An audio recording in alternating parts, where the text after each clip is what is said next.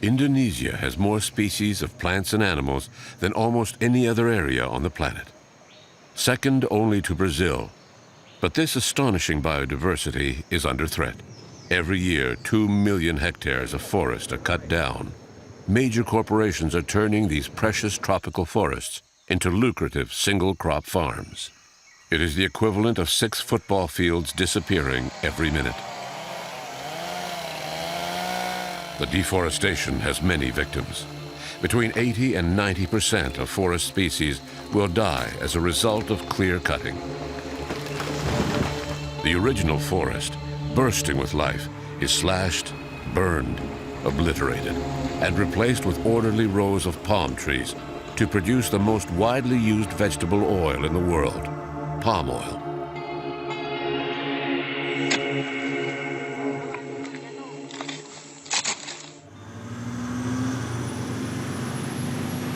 Our first stop is the island of Borneo, or Kalimantan. At 736,000 square kilometers, is the 4th largest island on Earth. At the heart of these lush tropical forests lives a small, remarkably agile tree primate, the gibbon. Its characteristic song has become the forest anthem, a long lament with which it defines its territory.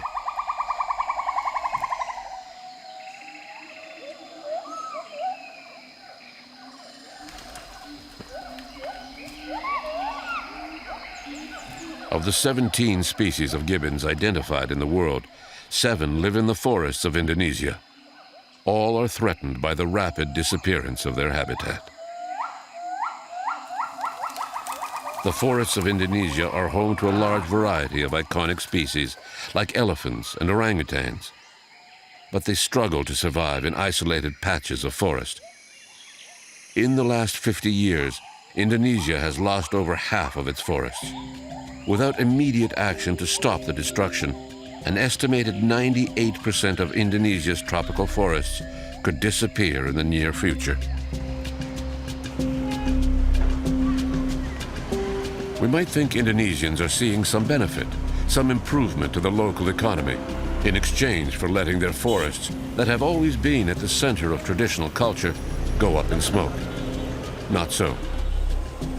Oil palm production requires little manpower, and most of the workers on these industrial farm operations earn less than the local minimum wage.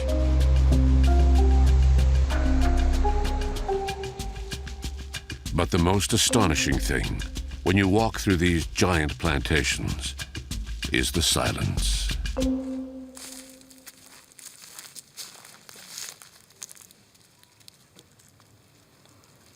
At the foot of the trees are bunches like this that are filled with what you could call the gold of these new Indonesian forests. This fruit is the basis of palm oil. It's very sad to see how life has disappeared from formerly thriving habitats.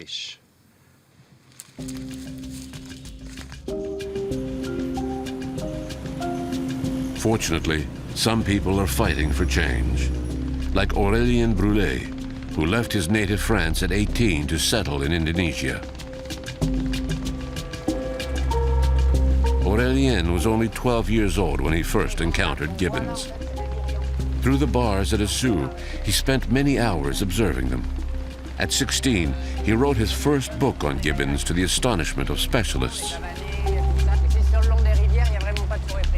Here, everyone calls him Shani, which means gibbon in Thai. As a child, I wanted to leave France. I wasn't rejecting my country, I just knew it was going to happen. And in May 1998, I ended up in Jakarta and had a rude awakening. Because I'd always dreamt of living with the gibbons, in a little cabin in the woods surrounded by animals, and yet I quickly saw that if I was going to help them, that wasn't going to happen. I witnessed deforestation on a scale I could never have imagined. The entire forest is being attacked. 90% of the forest had been handed over to the logging companies. So the primeval jungle, the virgin forest, forget it. That only exists on the highest peaks of the central mountains of Borneo. So I had to deal with reality. I'd also forgotten that Indonesia has a large human population with complex cultural and societal values. Many people keep gibbons as pets. Gibbons are often killed during deforestation. The baby, clinging to its slaughtered mother's belly, will be captured and sold. Trafficking in wild animals is illegal in Indonesia, but is still widespread. I understood that saving gibbons was going to be a lot more complicated than my childhood dream, which was to throw open cages and set the animals free. I spent a year negotiating with the forestry department for permission to create the first gibbon conservation program. I had no money. I was 18, a complete unknown. That's when I woke up and saw that to save the gibbons, I was going to have to do it with and for the local people. Welcome to Callawait. Oh, thanks. In 1998, the Callawait Association was formed. Today, it's the largest gibbon protection project in the world. We're approaching the first two buildings of Callawait. The animals are around back. The 147 gibbons, the bears and crocodiles are behind the buildings, so that anyone coming up from the river won't be able to get at them directly. So you're not open to the public? Absolutely not. The only human contact the animals have is with team members. So the idea is to recreate natural living conditions for the animals. That's right. To let them socialize, to let them become gibbons again. They've lived with humans for many years. We pair them off and isolate them together in the forest so they can learn to have a normal social life and basically learn to become gibbons again.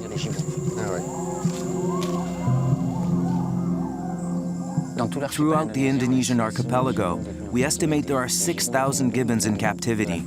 Where do they come from? From the forest. The mother is killed and the baby clinging to her belly is captured. And they become living playthings. They're toys. People play with them for a while, then stick them in a cage where they die. It's sad, but this is increasingly common. More and more animals are being held in captivity because so many are caught during habitat destruction. So the logger moonlights as a poacher.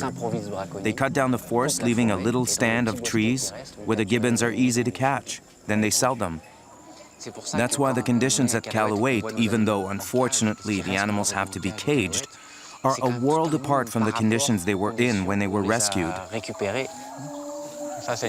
This is a socialization cage. We keep the younger ones together in groups like this.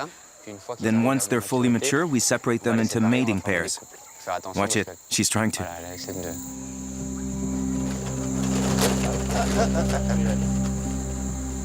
And the main reason there's not much chance they can be released back into the wild is because there is so little forest left. Yes, where any forest remains, there are already too many gibbons. Any that survived the clear cutting have taken refuge in isolated patches of forest, and since they're very territorial, they're already killing each other. So I can't release these animals. That's what's so frustrating.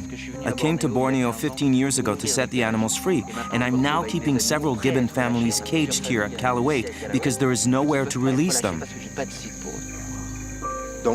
So more deforestation will only increase the problem.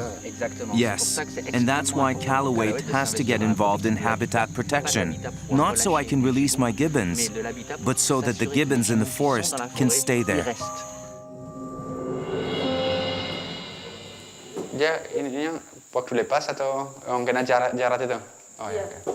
This is Leo. He escaped from one of the cages and attacked another gibbon. It just goes to show that gibbons are extremely aggressive among themselves. His wrist was so badly injured we had to amputate. We have to be on the lookout for it with the gibbons. I can't put more than 2 adults in an enclosure, and that makes it tricky. With orangutans, you can put 15 or 20 individuals on an island. With gibbons, or a gibbon pair, I can give them 15 hectares, and if I add any more, they'll start to fight. So with this amputation, his chances of ever being released are... He stands almost no chance of ever being released, but that doesn't mean we won't try to find him a mate, another gibbon who can never return to the wild, so that he can have a social life in a large enclosure at Callawait. We have a sanctuary as well. 25% of the animals here can never be released because of illness or injury. So it's important for us to give them a decent life, even in captivity.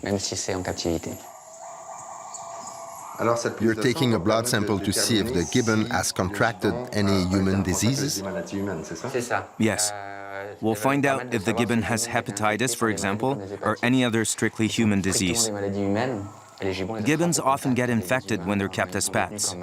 And if they test positive for any of these diseases, they'll never be released.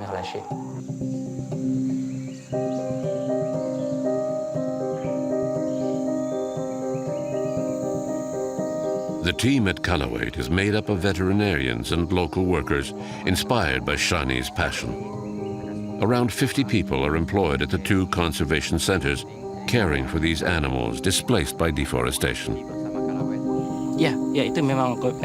Shani is really committed to saving the world, the animals in the world.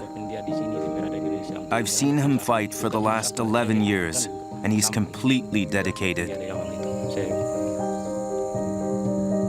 Yes, I am proud to be the part of Kalawait.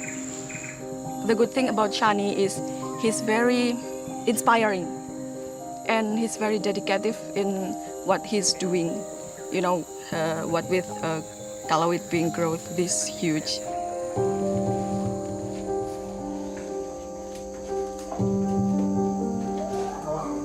Feeding time comes twice a day, and everyone pitches in.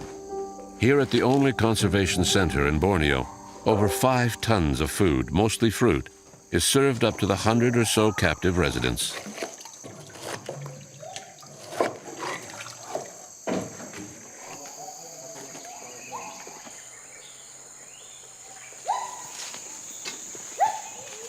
So this is a different setup. Are they in quarantine? Not anymore. We've set them up as a pair while they wait for a larger enclosure. It's a richer environment, and they make a good couple. You can see the female is a bit shyer than the male. And the male is eyeballing us with that typical chewing motion that means, watch it, if you come in here, I'll get you.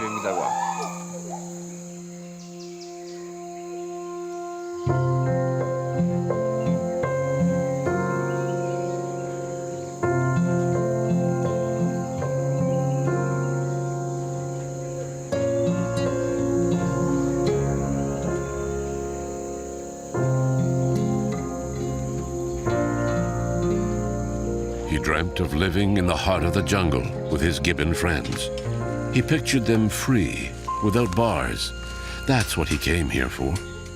But in Borneo, Shani soon learned that his childhood dreams were unattainable, that the vast old-growth Indonesian forest he'd imagined were a thing of the past, wiped out by the insatiable maw of big business in cahoots with corrupt officials.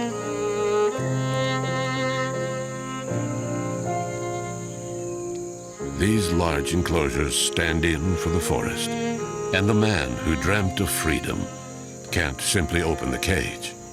Today, for Shani and his dedicated team, the only option is saving life where it still exists.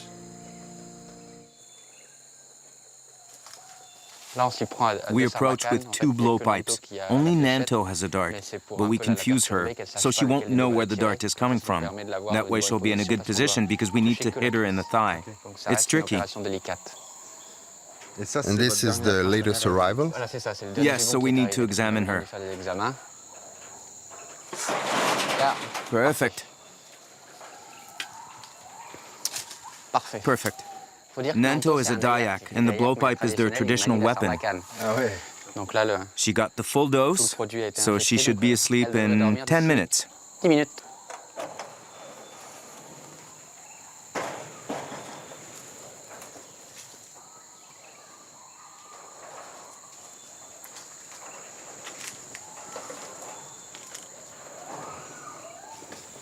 Here, Jean, help me out. Take her and put her on the table while I take my shoes off. Take one arm, and then the other. There. Lynn will come with you.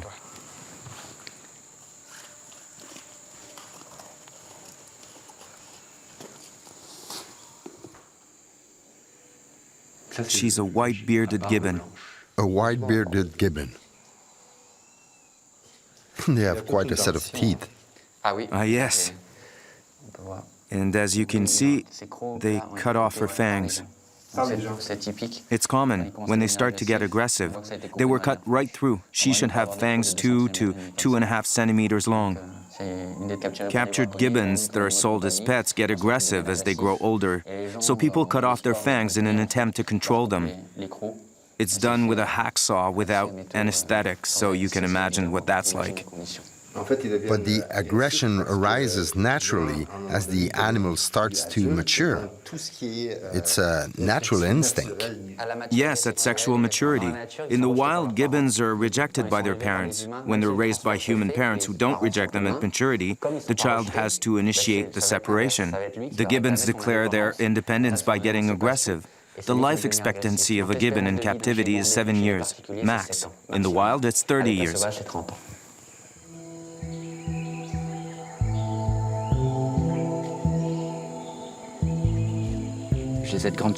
I'm lucky. I've known what I wanted to do since I was a child. When I was 12, I met one particular monkey in the zoo near my house in the south of France. It was a gibbon. I had a lot of questions because the animals were kept in solitary cages. It seemed wrong to me, and I wondered why. I realized that to be able to help them, I had to understand them. I went to see the zoo director and ended up spending every Wednesday at the zoo. I began to hate seeing the animals in cages. I wanted to travel to see them in the wild, to see real gibbons. I wanted to help them, but I had no tools. I didn't know what I could do. I often say I had to learn to speak Gibbon. And that takes time. You need to take the time to observe. And today, I often observe things that I remember from my days as a kid in front of the gibbon cage at the zoo. So that has proven really useful, because gibbons are unique among animals in that they're monogamous and that they choose each other according to their personalities. So figuring out the gibbon's secret is above all getting to know the personality of each individual.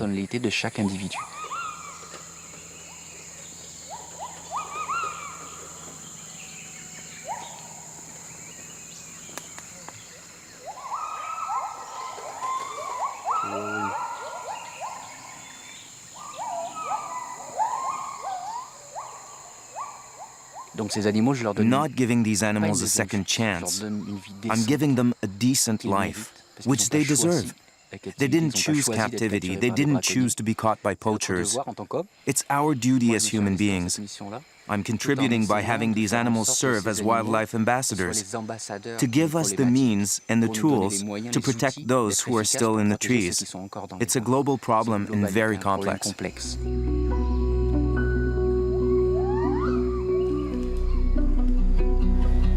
The situation in Indonesia is dire.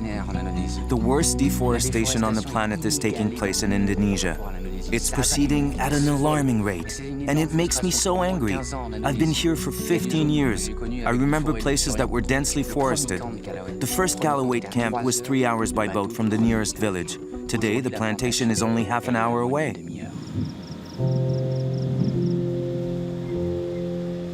Once the palm oil plantations are there, it's over.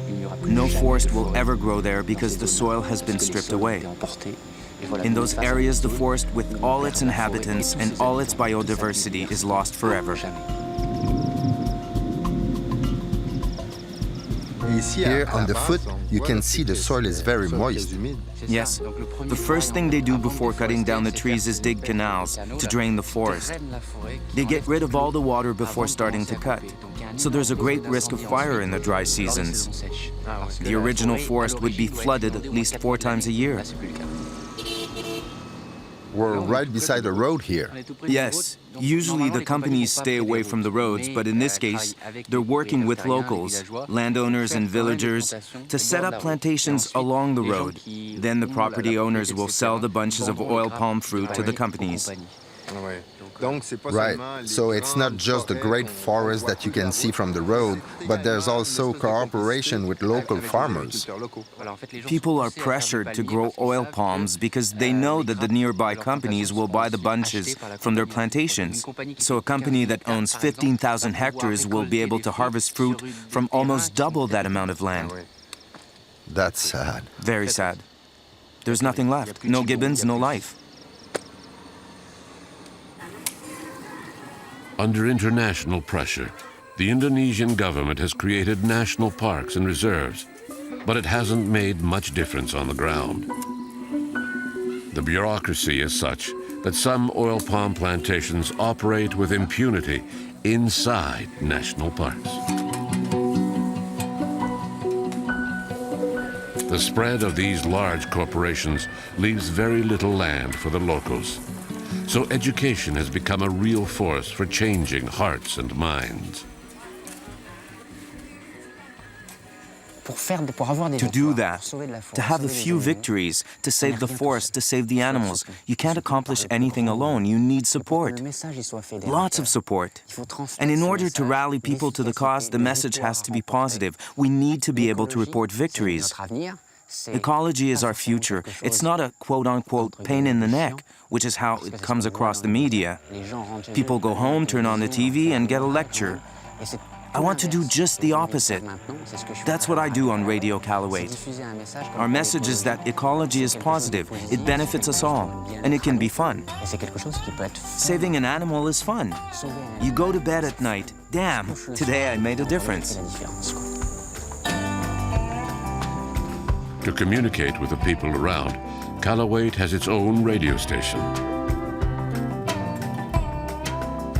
Oke, ketemu lagi dengan Shani di 99,1 FM. Seperti biasa kita akan bahas masalah lingkungan. Jangan lupa buat kamu yang pelihara satwa liar seperti wawa, orangutan, beruang, ular mungkin, jangan sampai menyiksa mereka di kandang. Biarlah mereka kembali ke alam. Untuk itu hubungi Yayasan Kalaweit di 0813 492 17991 atau langsung datang di kantor Kalaweit di Jalan Pinus nomor 28.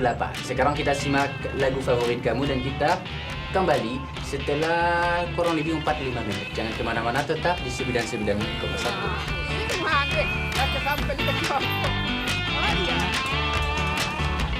On air for 10 years, Callawait is the #1 radio station and actively participates in Indonesian life. The voice of Callawait is now heard everywhere and broadcasts its conservation message. Ataupun lewat email buat kamu yang mungkin mau bagikan informasi mengenai satwa-satwa. There's a tremendous lack of information. You mustn't think all Indonesians are bad because they keep gibbons. They're simply uninformed. That's where Radio Callawait makes a difference. When we explain, you know your pet gibbon who died after 7 years? It didn't die of old age, but at sexual maturity. That knowledge alone will make some people think and bring us their animals. 99,1 FM Callawait Radio, the best music for life. Dan kita potong The solution is with young people. They're the future, and they'll be making the decisions in a few years. They have the energy to promote Callawait and go out and save animals.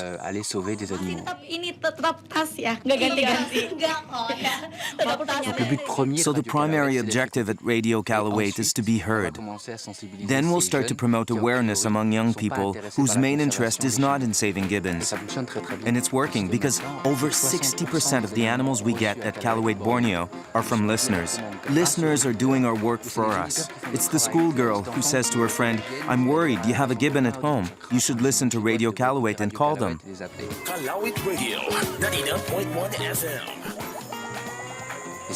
That's how we get animals. We're a very small center, yet we get a lot of information out, and we save a lot of animals. Because of all these listeners who quote-unquote work for us, who send us texts, emails, or call the hotline for us to come and help an animal who's in bad shape. Or who get us to intervene between wild animals and villagers. We recently took in a bear who was on a balcony. Some oil palm workers had captured a bear and were keeping it on a balcony. Some listeners let us know. Because the bear often fell off the balcony. Having all these listeners gives us real power because, again, we're a small team with very limited means, but we have the support of 10 to 15,000 listeners 24/7 who text us information. Whether it's a bear, a critically endangered crocodile, or a snake, whenever conflict arises between animals and humans, Callawait intervenes to try to find a solution that works for everyone.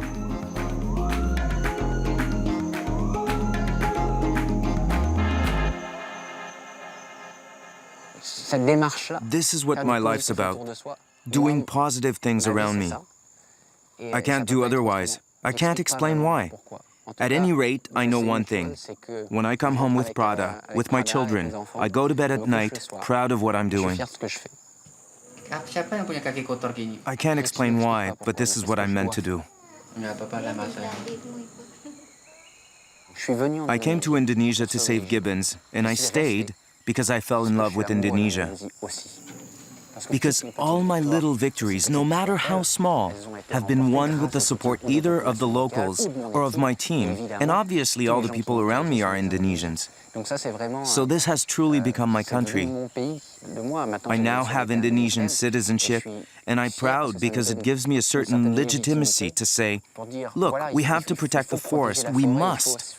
I'm fighting for my country, and that's an additional incentive to be even more effective.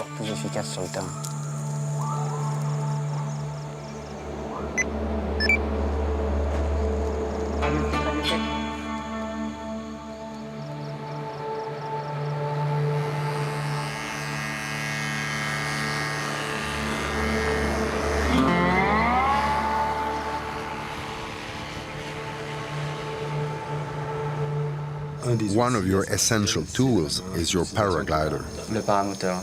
Yes, it's extremely effective because it takes so little effort. In a single half-hour flight, I can evaluate the situation in a reserve of over 1,000 hectares. It would take days on foot to ensure that there was nothing to worry about. I can also keep an eye on areas that are being cleared.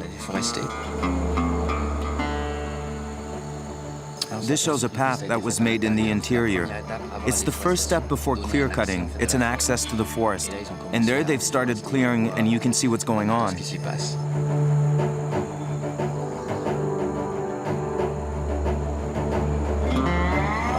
So that's clear cutting.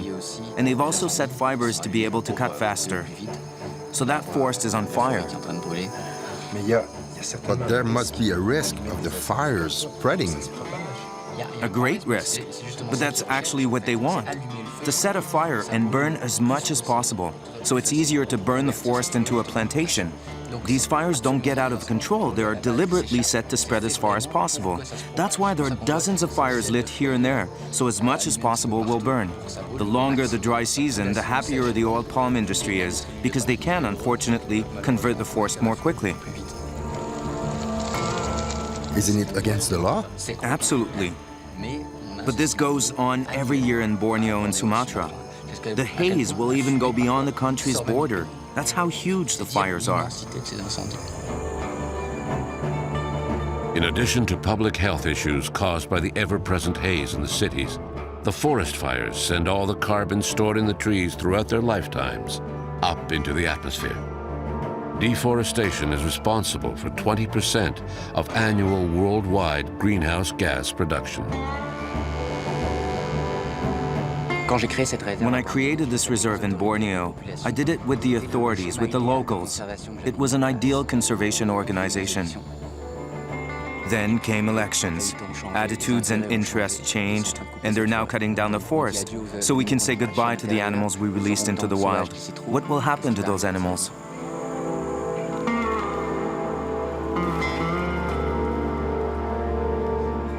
I've devoted 11 years of my life to a reserve in Borneo, 11 years of work, money, and patrols. Today, as we speak, this forest is being clear-cut. And the orangutans and gibbons who call it home? Sorry.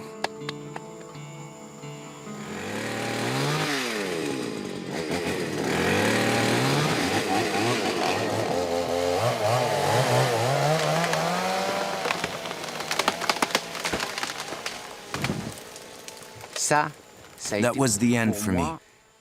Now I don't take risks. I buy the land. If I'm permitted to, under Indonesian law, now that I'm a citizen, I will buy up as much as possible. Even if in terms of conservation, I'm not sure it's the best option. But if we want to be as certain as possible that we can save the forest, we have to buy patches of forest, create private conservation zones. Buying the forest to preserve it. With few means, Shani opened a second conservation center in the neighboring island of Sumatra.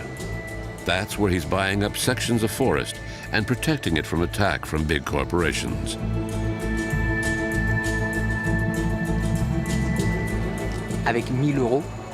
With 1,000 euros, we can save 1 hectare. A family of Gibbons needs 15 hectares. 15,000 euros will save a Gibbon family forever. That is very concrete. And if we own the forest, we can put protection measures in place without having to seek authorization from any elected official, who may change every 5 years, or lobby authorities for which there is never a guarantee. This is completely different. Someone cuts down a tree on my reserve, it's as if someone came into my house to rob me. I call the local police who do their job. Welcome to Callawait, Sumatra.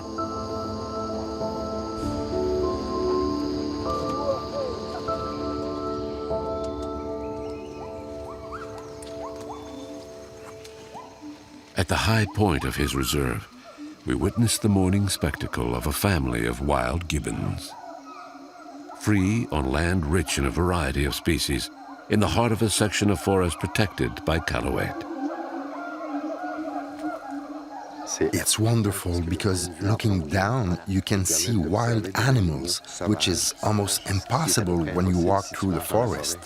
Yes, it's one of the few places where you can observe wild gibbons at eye level. This is a family of 5. And it's great because the male has light-colored fur and the female is black, so you can see patches of color moving through the forest. That young one seems pretty lively. Yes, that's typical of Gibbons. He's almost 2, still close to his mother, but he moves around on his own, jumping around to the annoyance of his parents. There's a specific dynamic in terms of their songs. There are 2 almost identical songs in the same family. Yes, Gibbons use song to protect their territory, but not any song. It's a duet between the male and the female. The female will sing a crescendo that lasts 18 seconds. And if there's a young female, she will try to imitate her mother. Over time, her song will become identical to her mother's. And when her song is perfect, we know she's about to mature. It's the same for a young male. He'll spend time with his father and learn to be a male by imitating dad. So from a distance, even if you can't see them, you can tell how many are in the family, the sex of each individual, and the extent of their territory because they sing all around the borders. What's amazing is to see that the work you do with the cages, with conservation, now allows you to buy sections of forest to protect it. Yes. Thanks to the animals you hear in the background singing in their cages, I can protect the wild ones.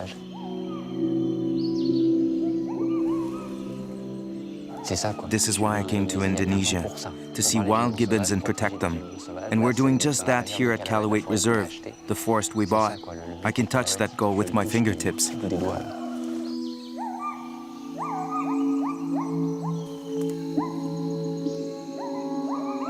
Saving gibbons means saving trees, which saves all the animals. So that's a priority, especially in Indonesia, where deforestation is moving so quickly. We have no time to lose, and the best way to proceed is to buy up the forest. Shani installs motion-activated cameras to do an inventory of the animals who come to his private preserve.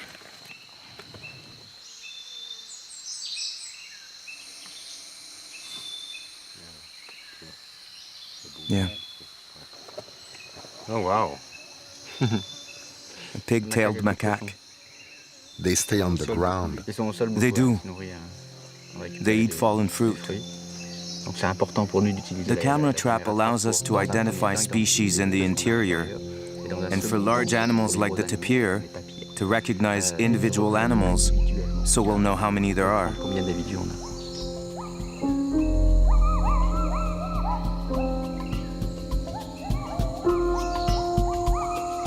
Also, the cameras are revealing the wealth of the forest. We know how rich the forest is, and the camera lets us show it to others. We've had bears caught on camera. We have videos, photos of the golden cat, an elusive panther.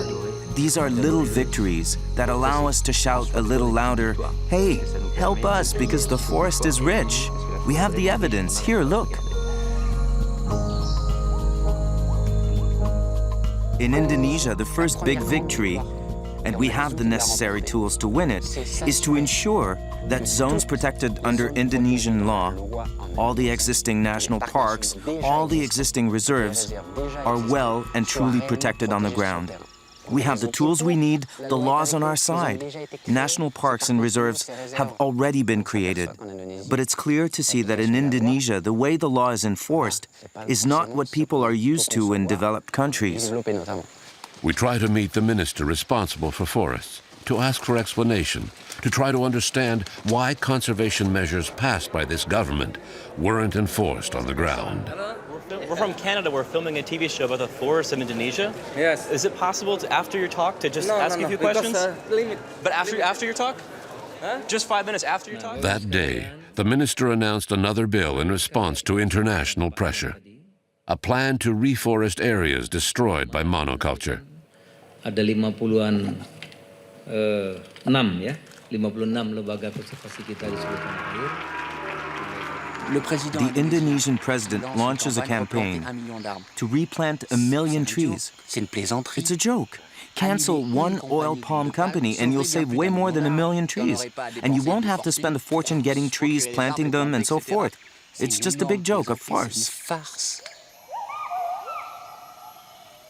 This is also a very corrupt country. Indonesia is the 5th most corrupt country in the world, so you have to deal with that. I can't remake Indonesia. My goal is to save gibbons, save the forest, so I do anything I can to achieve that. Callawait is a foundation that relies on public donations to survive. Will Shani's howl of distress be heard in our homes? We, major consumers of palm oil, can make a difference. This oil, used in food processing, cosmetics, and biofuels, can and should be subject to far more effective conservation measures. Respect of habitats and biodiversity should be required of palm oil-producing countries before they are granted the right to exploit their forests. The fight against palm oil is crucial. Not just for the forest of Indonesia, which unfortunately is already severely affected by palm oil.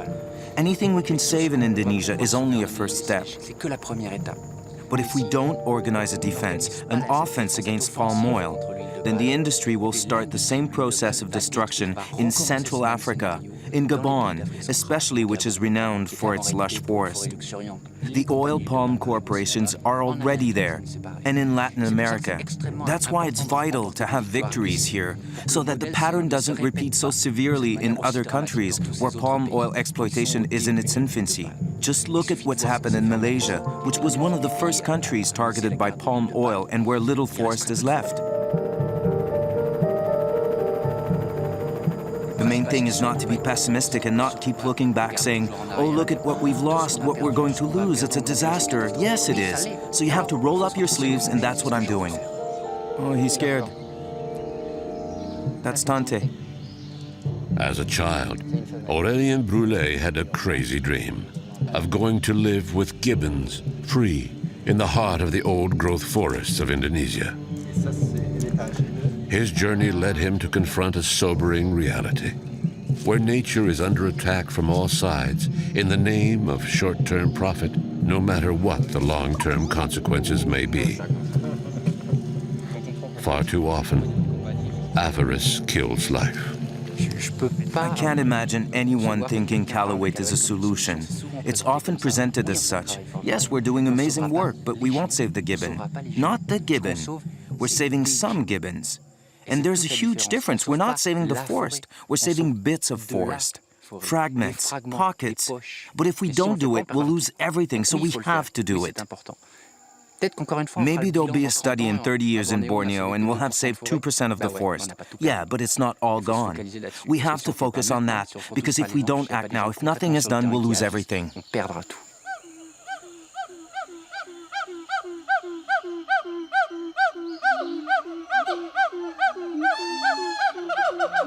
This man of nature has led the fight of his life, a life dedicated to saving gibbons and the many species that live within the last great forests on the planet. His new dream now allows him to save much more than gibbons. It's allowing other species to survive as well.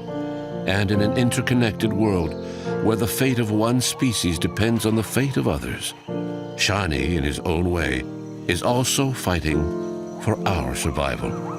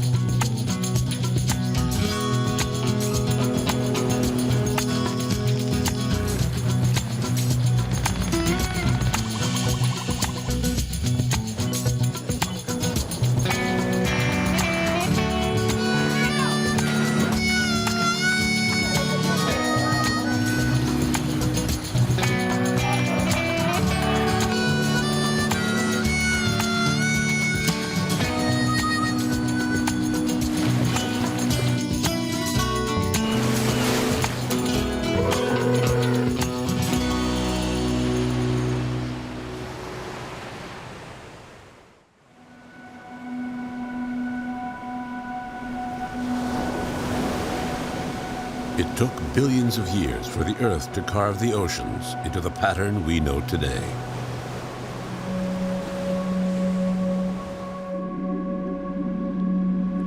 Hundreds of millions of years of evolution and adaptation have resulted in the creation of countless species that interact to form the largest ecosystem on the planet. Deep in the ocean blue, every species has a role, its own specific function, in a delicate balance among all species.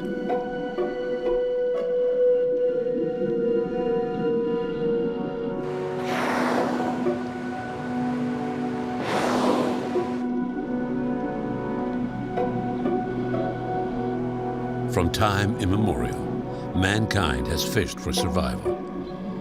The never-ending challenge is how to share the sea's resources with other species that depend on them.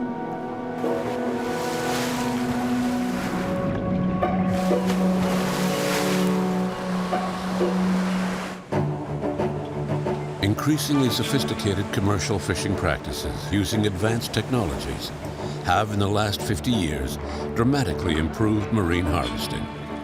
We keep going farther and deeper and catching more and more fish. But we seem to have reached the limit. The ocean's ability to meet human nutritional needs is being exhausted, a result of decades of overfishing and abuse. Scientists consider that if nothing is done rapidly to correct the situation, we will see the collapse of commercial fishing within the next few decades.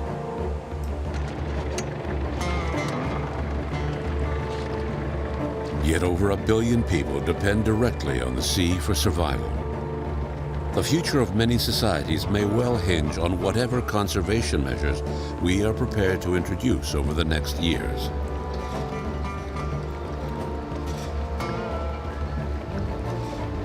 As part of its mission, 1,000 Days for the Planet, the oceanographic schooners Setna 4 set sail for Indonesia, a country of more than 17,000 islands, where many villages depend on fishing for their food and livelihood.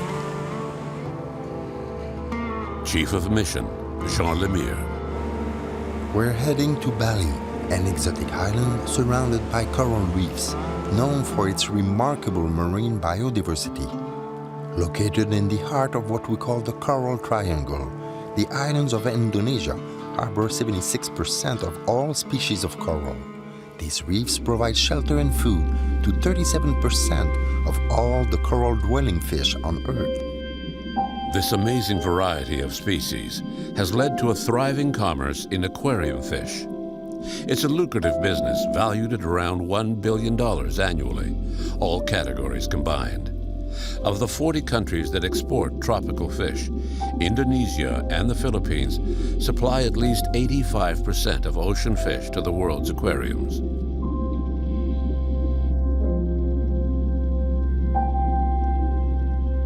The market for tropical fish skyrocketed after the animated film Finding Nemo hit the screen in 2003. An estimated 30 million fish and marine creatures are harvested every year on the planet's coral reefs. There are no regulations about which species can be caught. The strong demand for aquarium fish has led to the widespread use of a destructive fishing technique, cyanide fishing. A solution of sodium cyanide stuns the fish, making them much easier to catch. This technique rapidly degrades the coral reefs. An estimated 1 square meter of coral is destroyed for every fish caught.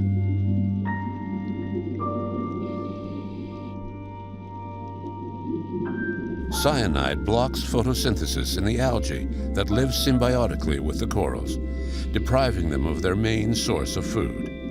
Cyanide, even in minute quantities, kills the polyps, leading to the death and the bleaching of the corals. The practice began in the Philippines in the 1960s and spread rapidly. It's hard to calculate exactly how much cyanide is being used. Scientists estimate that over 1 million kilograms of sodium cyanide is spread on coral reefs every year. Cyanide fishing is against the law in a number of countries, but enforcement is haphazard at best.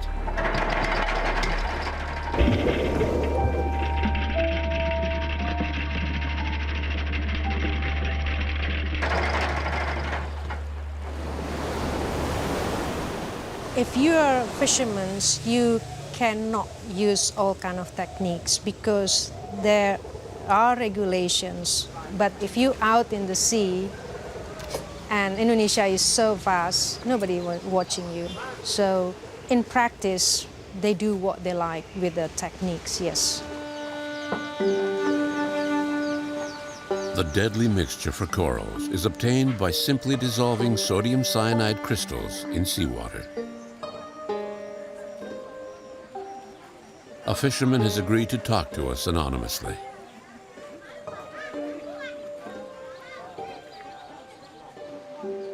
What is the effect of cyanide? Cyanide stuns the fish. It makes them a little bit dizzy, so they're easier to catch. When we release the cyanide, the coral reacts by spurting out a liquid. 2 days later, the coral has turned black all over, like it had been burned.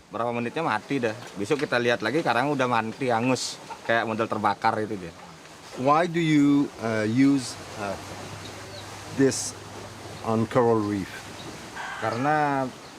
Because with this method, all the fish crowd together, and all we have to do is gather them up. Back in 2000, I made $10 a day for 4 hours work.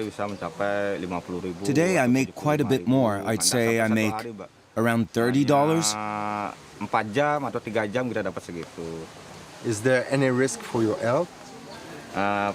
Kan bisa ngirup ke Yes. gini. Kena hirup If you dikit-dikit breathe in the obat. cyanide, Jadi bisa it's very bad for your heart and lungs. International pressure has forced local authorities to take some action. But these few police interventions are the exception and often end without official sanction.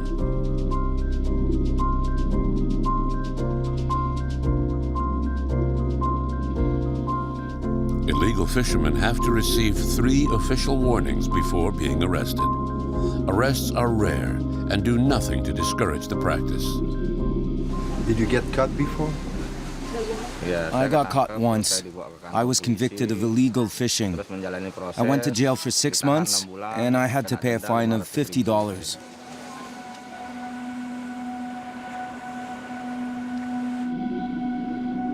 Indonesian fishermen also use this technique to catch fish intended for human consumption. Increasingly popular in Asia, the fish will be transported live to restaurants around the world, displayed in tanks, and served at premium prices. Fish that survive will metabolize part of the poison, but an estimated 80% of fish caught this way die from cyanide poisoning. The fish that stay alive, that are caught with cyanide, and they actually make it to the consumer markets, there's not so much known about the effect of eating that. But many fish that are caught with cyanide die, and those fish are still sold, and they end up at the local market. So you can imagine that the local communities who eat that fish, because it's dead and they don't waste it, they actually probably have a lot of risk of taking a lot of cyanide that's still in the fish. That's what it died from. And they build that up in their body, but it can't be good for people.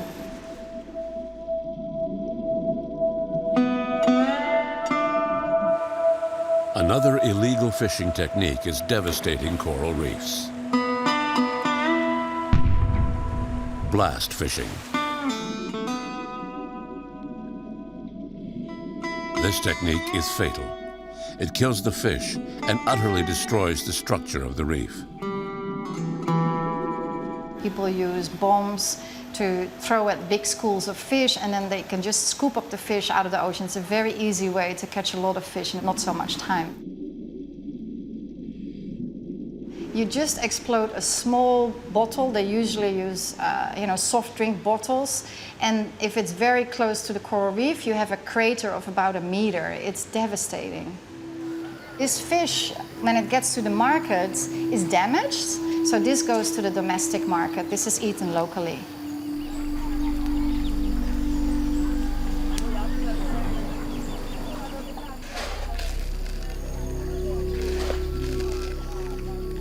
This explosive is made from fertilizer, according to a recipe that has been handed down through generations.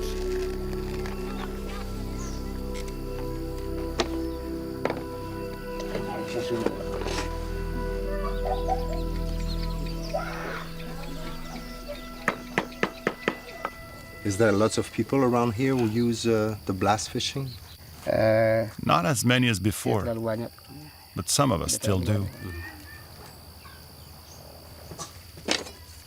Why do you use blast fishing? It's easier to feed my family. This way I can harvest a lot of fish in a short amount of time. But now you understand all the damages that it will make to the coral reef. Yes, I know. It destroys everything. The reef and the fish. It's hard for the resource to recover. There are laws on the books banning all forms of illegal fishing. But in a huge country like Indonesia, enforcement is often sorely lacking.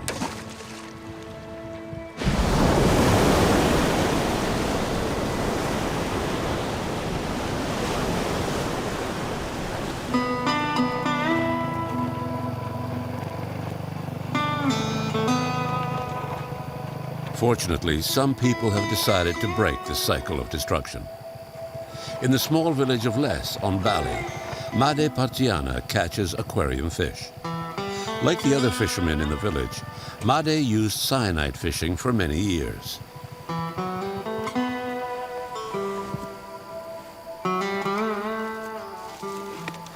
masyarakat di sini rata-rata pada saat itu. When I was young, in the early 80s, Sejak tahun 80-an yang saya tahu. the coral was brightly colored Populernya sekali and dari healthy. tahun 86 berkembang. But in the early 90s, Nelayan di sini the reefs started to die. 200-an lebih untuk nelayan ikan hias. Dan daerah tangkap They mereka turned bukan hanya black di perairan and Bali, gray. tapi juga ke luar Bali. Dampak daripada potassium itu sendiri. Money-wise, it was a true disaster. 80-an itu saya lihat, ya mungkin saya belum. The fish had no more coral to shelter in and to feed off of. Cenderung lebih baik.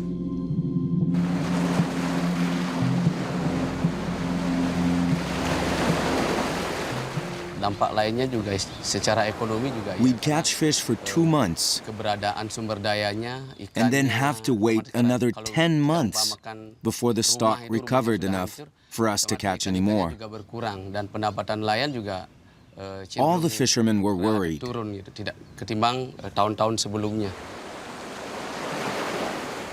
Yang terjadi di sini ya masyarakat dalam kondisi kebingungan. Then the government stepped in and placed a ban on cyanide fishing. Sendiri juga ketika hanya memberikan pelarangan jangan menggunakan potasium. None of us had any other way to make a living, merusak, tapi but we still had to look after belum our ada alternatif families. yang bisa diberikan, hanya sekedar pelarangan saja seperti itu.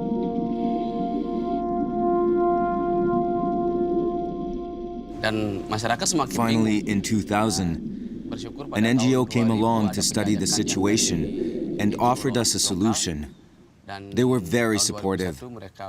They taught us how to fish using nets. Made uses a long net that he sets out above the reef. He selects and collects the most beautiful specimens of all the fish in the net. Made holds his breath to a depth of between 4 and 10 meters. It's exhausting work, but he prefers this selective, sustainable approach that does not damage the reefs.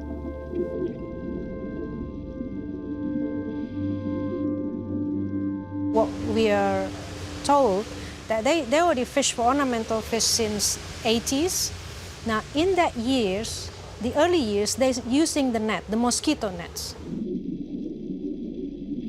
And then their exporter came to us, and they're the one who introduced cyanide. Cyanide was brought to Indonesia by the Philippine fishers, yeah, to collect the high-value fish.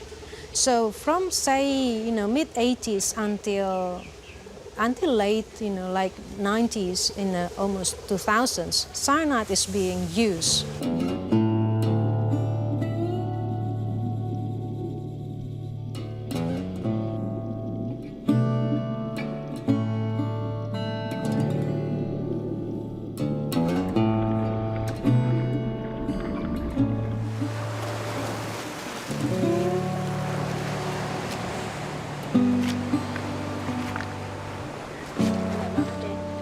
Halo.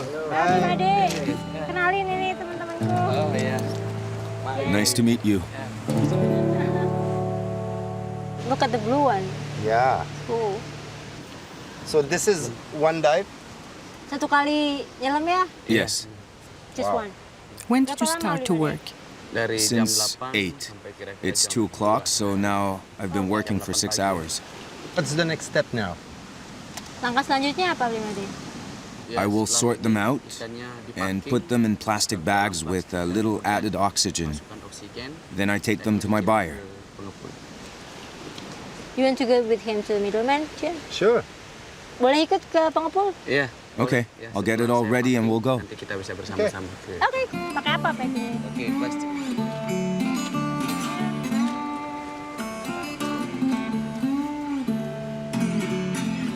Made has to carry his catch safely to the buyer, who will check the quality of his fish.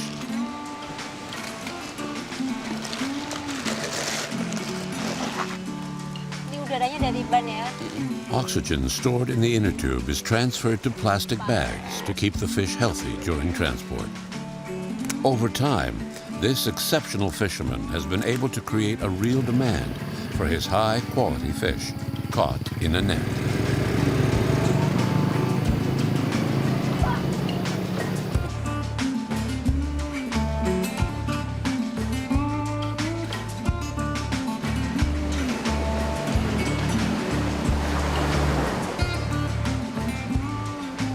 Some village fishermen use boats and the most rudimentary of breathing aids. Their gear consists of a small compressor, a bit of tubing, and for a lucky few, a pressure regulator. Thus equipped, fishers can descend to depths of up to 40 meters. Diving is risky under any circumstances, even more so with inadequate equipment and little or no training. The compressor helps me dive deeper. I get a much better harvest that way. I've been careless and made some serious mistakes. Once, before I knew any better, I swam all the way to the surface without stopping halfway up.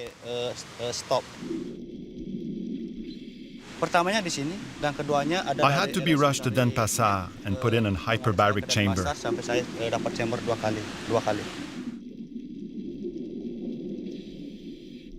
A few years ago, some friends and I got the idea of sinking some old tires down to the seafloor as a shelter for the fish.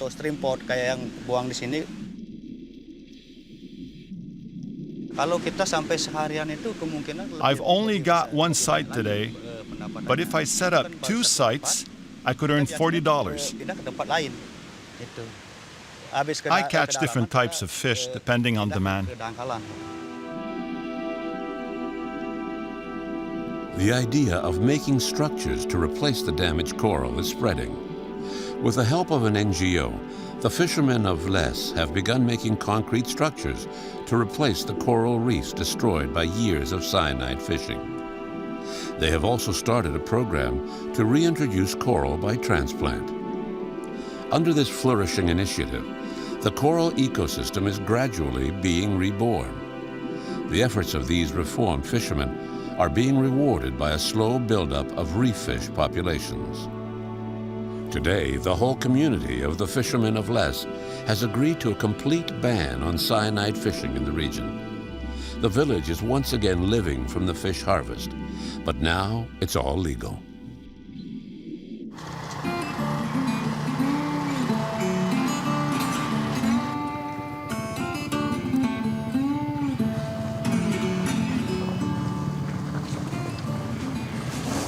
Village fishermen bring their catch to Mr. Picassi, the local buyer. He also acts as the middleman who negotiates with international exporters.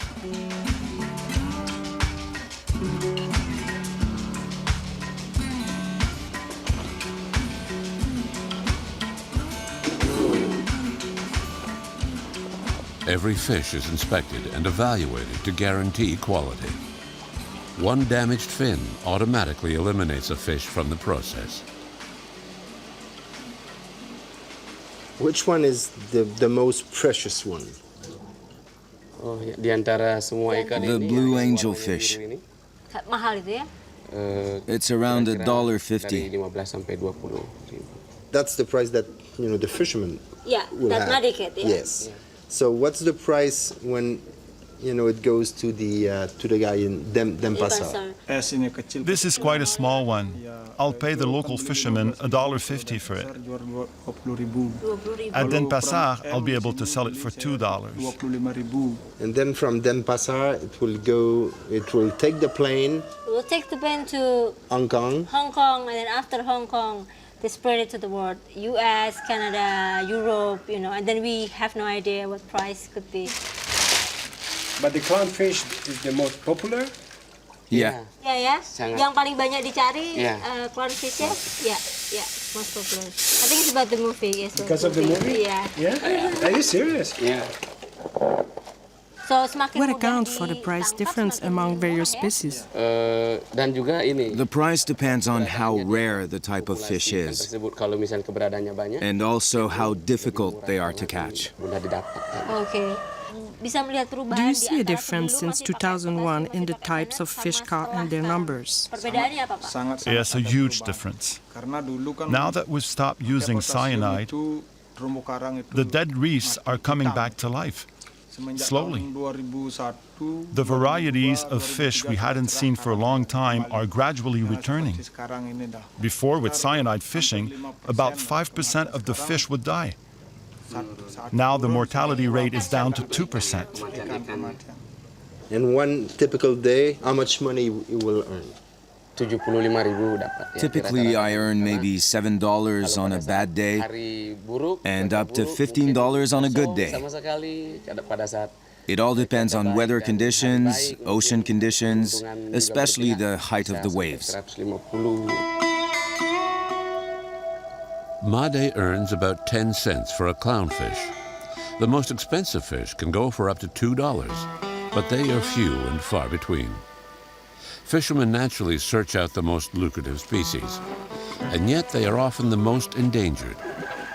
There are no regulations here, nor any scientific monitoring to assess and track the state of marine populations. Mr. Pakassi's fish will travel to Denpasar, the capital. How many fish in this load today? Berapa nih Pak kira-kira ikannya berapa? On this trip, I have around 2,000. Usually I have 3 times more than that. So in 3 or 4 days, if ocean conditions allow, I'll travel to Denpasar with 6,000 fish. And how many fish will survive the transport? The mortality rate is less than 1%. As a rule, if fish die during transport, it is due to human error. And of course, sometimes the bags can burst during the trip.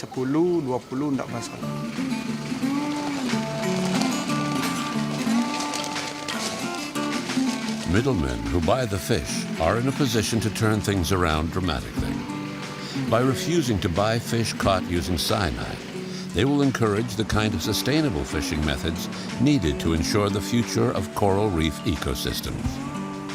But economic interests often outweigh good intentions.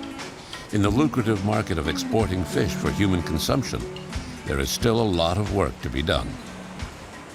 If you catch fish with cyanide, they're not in a very good condition.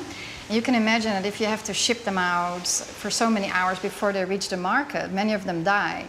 So we've always thought it doesn't even make business sense to use cyanides and lose so many of your catch because it's very expensive to transport them. If you look at the percentage of fish that is exported now from Indonesia, where you could say it's probably coming from cyanides, it's still around 40%. That is much less than years ago, when I was just saying 5 years ago, I think the majority, maybe 80 to 90% came from cyanide fisheries, but it's still a lot. It's impossible to tell with the naked eye whether these live fish were caught using cyanide, but they are still widely available on the market. Cyanide is a powerful toxic compound that binds to hemoglobin, blocking the transport of oxygen. Though it may be difficult to assess its long-term impact on human health, the risk is real.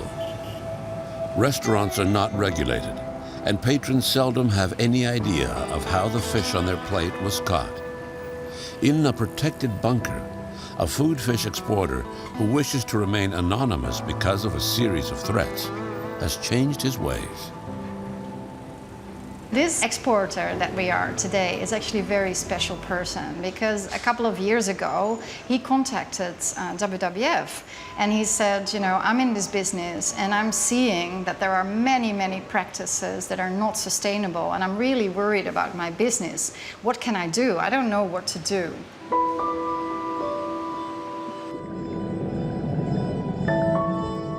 The exporters set up a network of fishermen who are restricted to net fishing. Their catch is destined for big city restaurants. Using cyanide is strictly forbidden on pain of expulsion, and participating fishermen get better prices for their fish. The fish, especially groupers, are handled with great care by a team trained to the highest standards. This exporter doesn't buy cyanide fish. He doesn't buy fish that is too small. He doesn't buy fish that, has the eggs, that's ready to spawn. So he does everything that he can do. I think he is the best example of, you know, a future where you can have a sustainable business and make money and support all these fishermen in these remote places. However, he's the only one, and he's just by himself. And there's not enough support by the government to work on the other exporters that actually still have very, very unsustainable practices. The exporter has also designed oxygenated transport boxes so the fish can breathe better during long international trips. He has managed to convince some airline companies to accept these transport boxes equipped with an oxygen cylinder for shipping on cargo planes. This exporter's pioneering initiative doesn't please everyone. He has to operate under high security. Other exporters who use cyanide do not appreciate competition that breaks the mold. But the demand for clean fish is gaining ground, and some restaurants are ready to pay a premium for a product that meets the highest standards.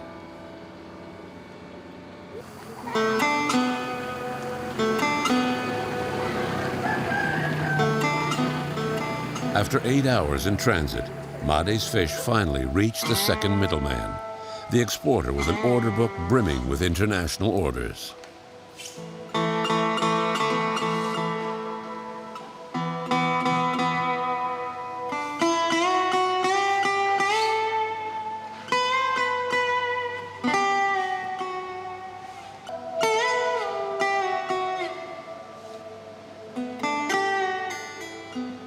When the fish come in, usually they come in the morning. We open the bags, let them sit in the screening area for 4 or 5 hours. After that, we move it to a quarantine system. We keep them over there for a few days to see if there's any problem, disease or broken fins, those kind of things. So after a few days of quarantines, we move them to our regular systems.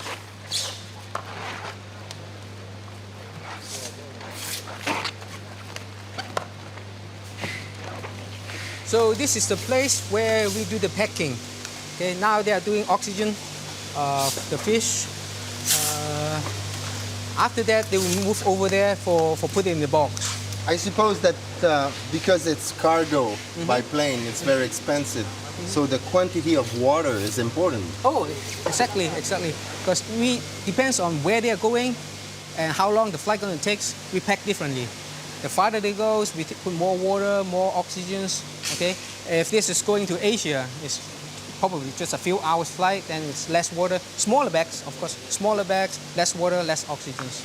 So different place, different way of packing. Yeah, because of course, more water, more kilo, more money. Yeah, right? more expensive. Yeah.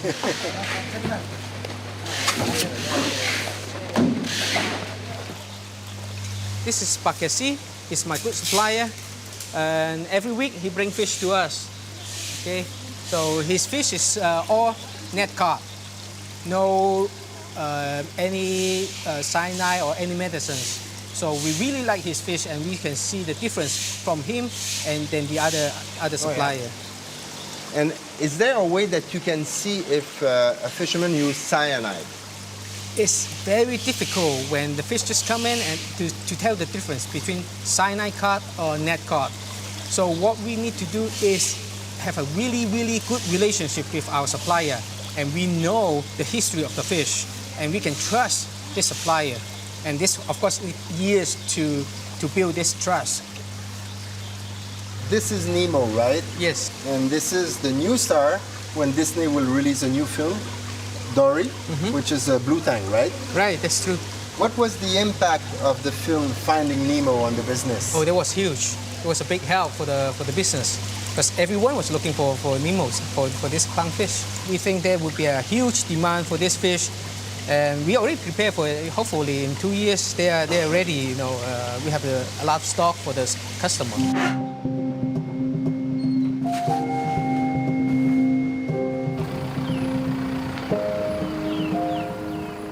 Aquarium fish, like food fish, are sent to the international airport at Denpasar every day. They then begin their long journey to international importers who will ship them to wholesalers around the world, who, in turn, will sell them to retail shops or restaurants. So everything we see here are fish that are leaving. This is going to Munich, this is to Charles de Gaulle in Paris, and the crates that just went by are for London. Tens of thousands of fish leave every day, going just about everywhere, with different suppliers. It's clear that Bali is one of the major exporters of tropical fish to the world. The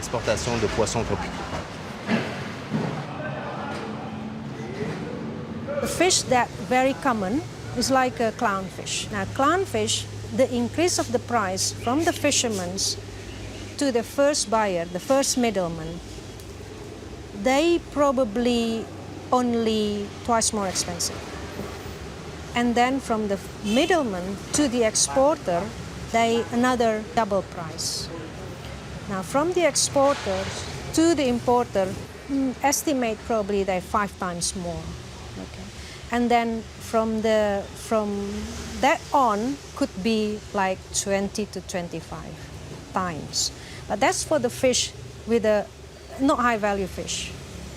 Now for the high value fish like angel or blue tang, that could be like 100 times.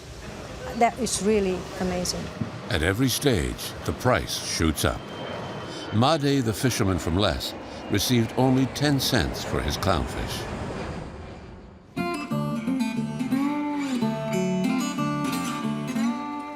The market is expanding exponentially, putting more and more pressure on fish populations. Fish farming could help to meet the skyrocketing demand for both aquarium fish and food fish. Balinese entrepreneur Mr. Chu has an extensive operation. This reproductive center for exotic fish is one of the few to successfully breed some species of fish in tanks.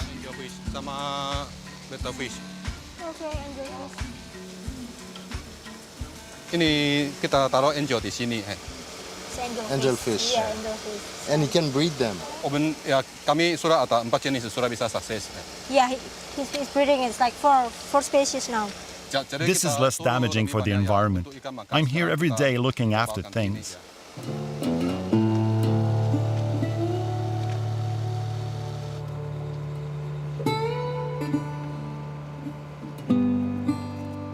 Mr. Chu has even been able to create his own variety of clownfish. Their distinctive markings make them even more valuable on the market. How many clownfish did he send around the world in the last year? Around 1 million. So what will happen when they're going to release the new Disney film, Dory? These fish are very difficult to reproduce. So if I succeed, I'll be a millionaire for sure. Okay, yeah. I hope we'll be able to meet the demand with farm fish and leave the rest in the ocean. He really emphasized that if it happened, I mean, like just took it from the breeding, not from the ocean. You know, it's more healthy, more beautiful. So good for nature and good for business. Thank you.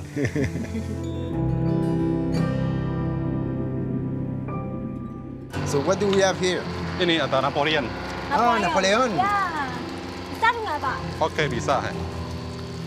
Napoleon fish numbers have dropped by 50% over the last 30 years because of strong demand on the food fish market. Despite an export ban, Napoleon fish are still on the menu in fine restaurants in China and Hong Kong. Unconcerned by their protected status, your chef will prepare a Napoleon the way you like it for the tidy sum of $250 to $300 a kilo.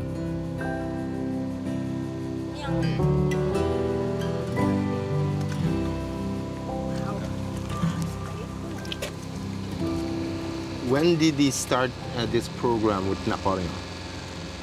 Kapan Bapak memulai program dengan Napoleon ini? The government of Indonesia started the program, but abandoned it. I took it over 4 years ago. It's an endangered species. We're trying to get them to reproduce. Absolutely. Yeah. That's a very rare fish. Yeah. It's under the CITES, so it cannot be exported to other country. And if he's successful breeding it, For science, it's going to be a great victory. Yeah.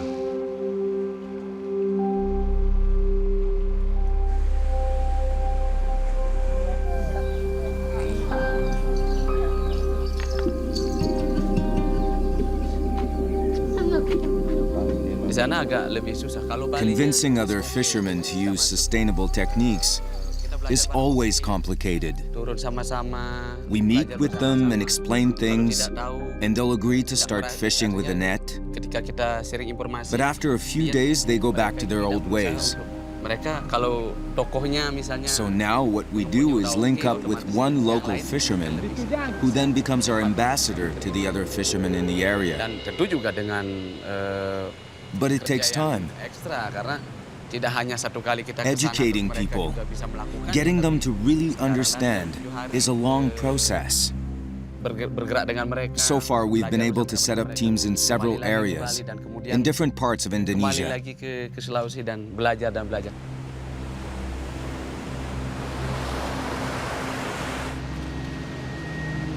Unfortunately, nothing is black and white. So the problem is not black and white. You cannot say that these small-scale fishermen are criminals, you know. It's, for them, the amount of money that they make is very, very small. You cannot buy this fish for a good price and only pay, I don't know, a few % of that to the fisherman who's doing all the work, and this is all he has. Something has to change in terms of, you know, the value that the fisherman gets. If he gets a little bit more, maybe, you know, he's also more careful with the environment. So it's important to understand who benefits most in this industry. And there's always, I think, a case to make that the fisherman who is responsible should get a fair price. Over 1 billion people depend directly on fish for survival. It's the most highly sought-after source of protein on the planet, and the global population boom will only increase demand for ever more fish.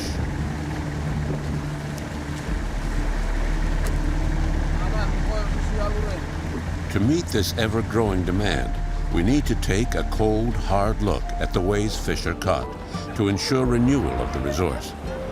Blast fishing and cyanide fishing, already banned by law, must be subject to heightened monitoring in order to halt the disaster now in progress.